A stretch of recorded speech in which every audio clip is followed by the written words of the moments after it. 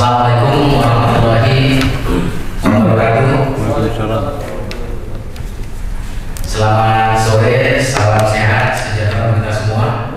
Yang kami hormati Pak Aspisus Kejati Riau, yang kami hormati Pak Kabid DPI PPIP Direktorat Jenderal Pajak Riau, yang kami hormati Pak Kasintut Disus Kejati Riau.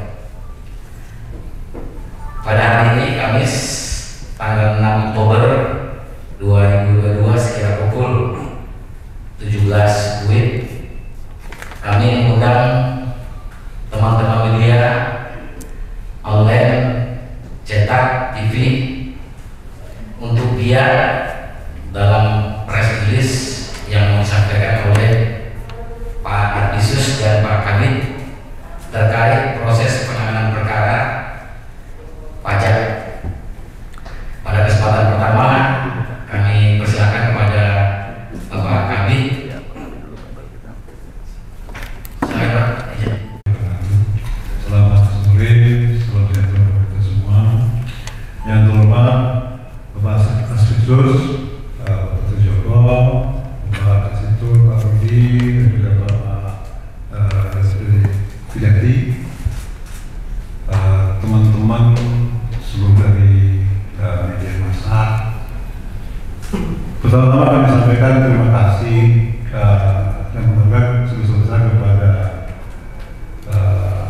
Pak Aspisus dan seluruh jajaran dari Kejaksaan Tinggi Riau atas dukungan kepada kami dalam penanganan perkara tindak pidana perpajakan. Dan juga tentunya kami ucapkan terima kasih dan permohonan maaf kepada teman-teman media karena sudah kendala tadi siang nanti kita agendakan untuk kegiatan tertulis, namun karena padahal itu baru bisa kita siapkan, baru kita adakan tertulis ini pada sore hari ini. Kami sampaikan bahwa tindak telah terjadi tindak pidana perpajakan yang dilakukan oleh saudara AH atau Alwi melalui CP AMJ dan juga CP KSS, di mana saudara AH atau alias Alwi ini di CP AMJ itu sebagai direktur dan di CP KSS itu sebagai pemilik. Tidak pidana perpajakan yang dilakukan oleh saudara AH alias Alwi ini adalah melanggar pasal 39 ayat 1 huruf C, pasal 39 ayat 1 huruf D, dan pasal 39 ayat 1 huruf I Undang-Undang Kitab Ketentuan Umum Perpajakan yang telah berubah terakhir dengan Undang-Undang Harmonisasi Peraturan Perpajakan, yaitu di 39 ayat 1 C itu tidak menyampaikan SPT tahunan dengan sengaja, lalu tidak menyampaikan suatu pemberitahuan, lalu 39 ayat 1 D itu setiap orang yang sengaja menyampaikan suatu pemberitahuan atau keterangan yang isinya tidak benar atau tidak lengkap. Yang berikutnya 39 ayat 1 huruf I ini setiap orang yang sengaja tidak menyetorkan pajak yang telah dipotong atau dipungut. Jadi saudara AH alias Alwi ini melalui CP AMJ dan CP KSS kegiatan usahanya adalah sebagai pedagang buah TBS dengan besar buah TBS telah melakukan pemungutan PPN yang seharusnya atas PPN pungut ini disetorkan kepada kas negara, namun tidak di-stop melalui CP AMJ. Ini untuk temposnya ini di Juni sampai dengan September September 2018 dan melalui CPKSS dengan tempo 92 hari April sampai dengan Juni 2019, hingga masing-masing kerugian negara yang ditimbulkan itu untuk CPANJ itu sebesar 2,23 miliar dan untuk di CPKSS itu 1,005 miliar. Jadi total kerugian negaranya itu adalah sebesar 3,24 miliar. Atas perbuatan wajib pajak telah dilakukan kegiatan ultimum remedium yaitu melalui penerbitan SP2DK atau permintaan penjelasan kepada wajib pajak, dihimbau untuk segera melakukan pembetulan SPT dan juga menyetorkan pajak yang utang. Namun tidak diindahkan oleh wajib pajak sehingga dilakukan kegiatan pemeriksaan bukti permulaan. Dari pemeriksaan bukti permulaan ditemukan bukti-bukti yang kuat telah terjadi tindak pidana perpajakan dengan pasal 19 bagaimana yang saya sampaikan tadi. Pada saat temukan ini kita lakukan, kita tingkatkan ke penyidikan. Penyidikan ini dengan dukungan dari pihak dari Polda dan juga tentunya dari Kejati, akhirnya sampailah pada saat sore hari ini kita melakukan penyerahan tersangka kepada Kejaksaan Tinggi Riau. Mungkin demikian secara sekilas gambaran terkait dengan tindak pidana perpajakan yang dilakukan oleh saudara AH alias AW. Baik. Terima kasih kepada teman-teman wartawan yang pada sore hari ini masih hadir di sini menunggu berita tadi. Terima kasih tadi sudah dijelaskan oleh Pak Fahmi mengenai kasus daripada perkara tindak pidana perpajakan. Bahwa benar pada hari ini kami di Kejaksaan Tinggi Jambi telah menerima Kejaksaan Tinggi Riau telah menerima penyerahan tahap 2 ya, penyerahan tersangka dan barang bukti. Di tersangka sudah diserahkan yaitu Pak AH ya, AH alias AW. Kemudian juga beserta barang bukti, dokumen-dokumen diserahkan kepada kami lengkap dalam keadaan sehat. Kemudian perkara tindak pidana perpajakan ini berdasarkan surat pemberitahuan yang lalu yaitu surat menyatakan lengkap atau B21 ini tanggal 4 Oktober ya sudah dinyatakan lengkap oleh jaksa, makanya tim penyidik dari Kanwil Dirjen Pajak Riau ini menyerahkan tersangka dan barang bukti.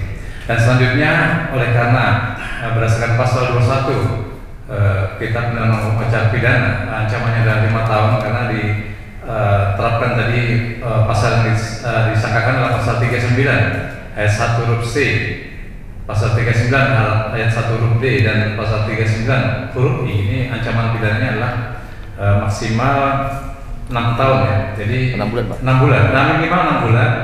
Maksimal 6 tahun. 6 tahun. Jadi bisa dikenakan penahanan berdasarkan pasal 21 ayat 4 ya. Jadi kita juga ini kan secara subjektif, jadi bisa kita tahan karena dikhawatirkan akan melarikan diri, menghilangkan barang bukti dan mengulangi tindak pidananya. Sehingga kemarin di penyidikan juga sudah dilakukan penahanan selama 60 hari Pak ya, 60 hari. Kami nanti langsung ditahan tahap penuntutan dan dalam waktu dekat perkara ini akan kita limpahkan ke Pengadilan Negeri Pelawan untuk secepatnya.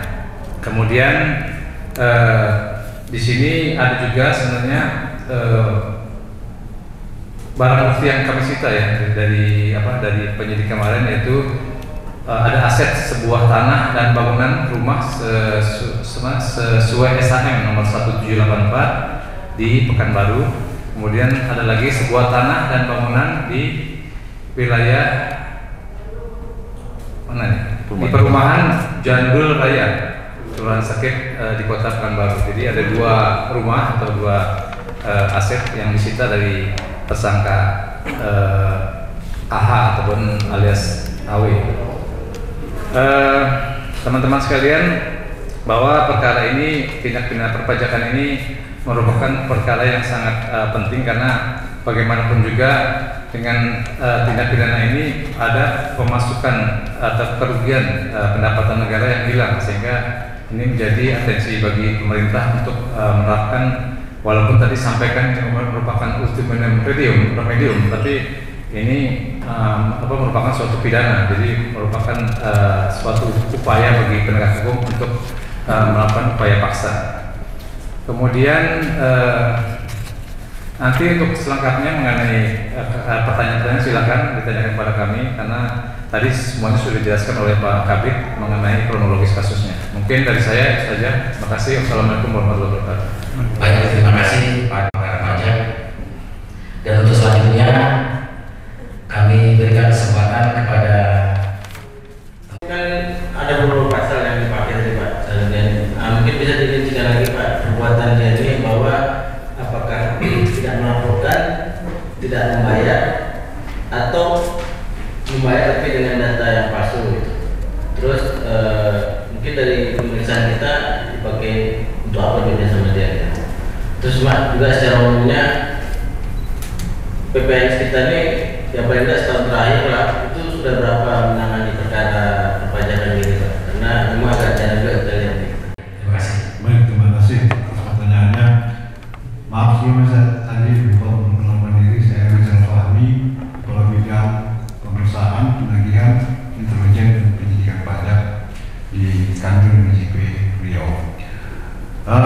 Terkait dengan pasal yang disampaikan tadi, mungkin artinya saya cerita sedikit terkait dengan masalah sistem perpajakan di Indonesia, bahwa sistem yang diambil di Indonesia adalah sistem self assessment kepada wajib pajak.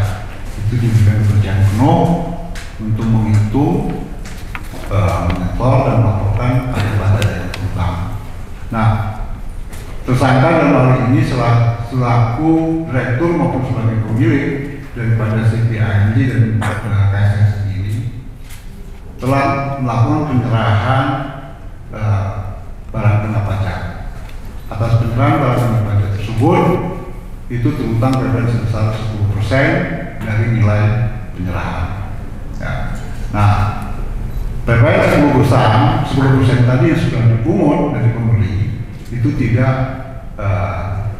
dilaporkan, tidak disetor oleh wajib pajak. Jadi artinya seharusnya ada kewajiban itu selalu melakukan penyampaian SPT masa PPN.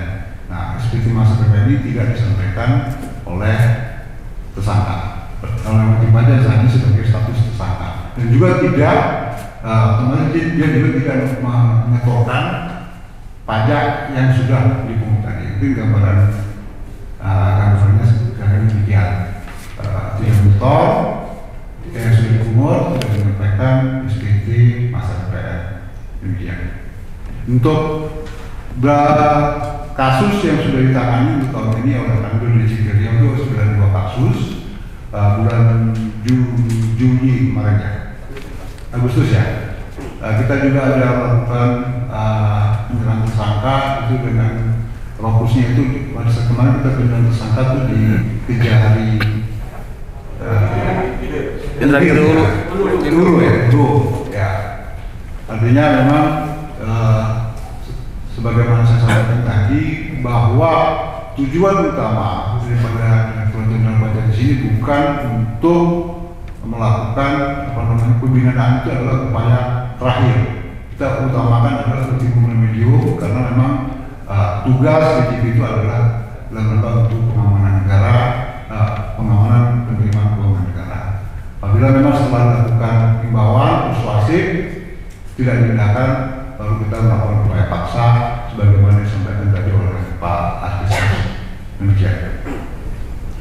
Terima kasih Pak Adit. Berhenti terhadap rumah sakit yang nanti akan disampaikan oleh Kasih Penyidikan pada Om Rizky.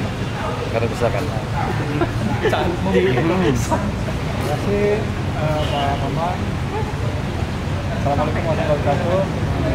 Alhamdulillah pada hari ini tadi sekitar pukul 9.30 tersangka SD telah menyerahkan diri ke penyidik Kejaksaan Tinggi Riau.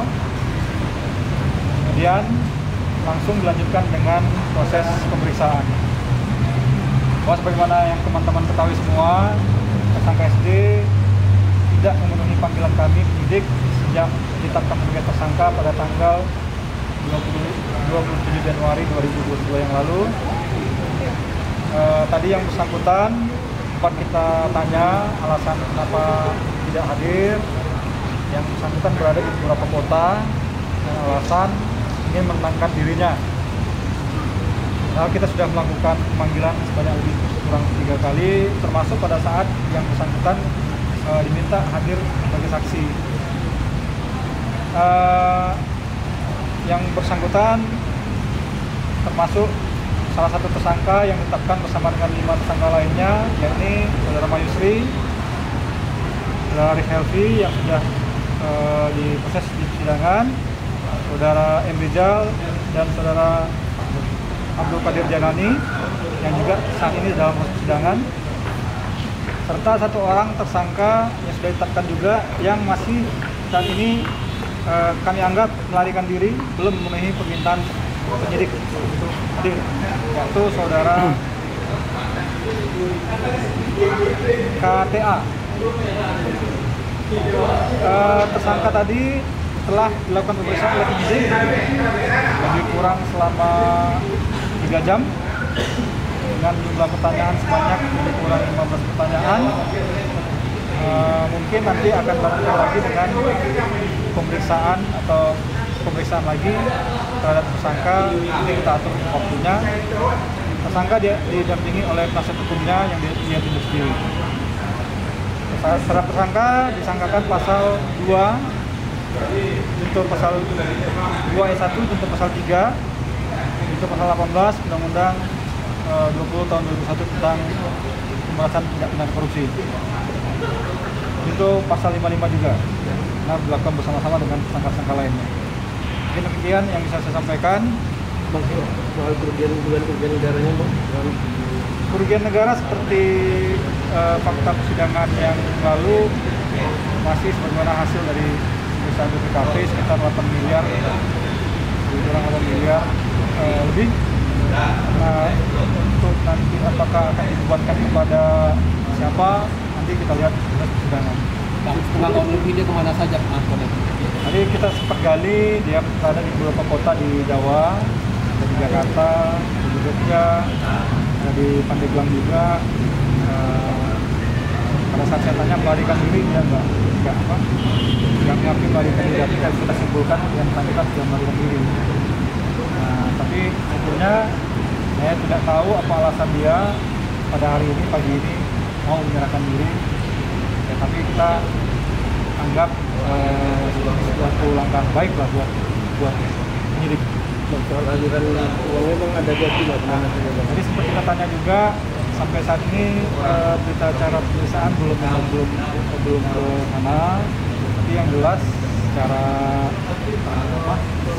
jelas bahkan untuk dirinya sendiri pun dia tidak akui. Itu kalau dari teman-teman kita, Bang, ada pihak lain lagi, Bang, setelah dia ini gitu? Nanti tergantung penyidik ya. Penyidik yang menyimpulkan kalau ada fakta-fakta baru di persidangan, kita juga belum tahu. Dan biar mungkin nanti dari penyidik maupun ada informasi lain dari hasil persidangan yang akan mungkin nanti akan untuk tersangka lain. Bang, terkait dengan SD ini, Bang, apakah saksi lain sudah diperiksa? Apa sudah rampung, Bang, saksinya? Insya Allah sudah.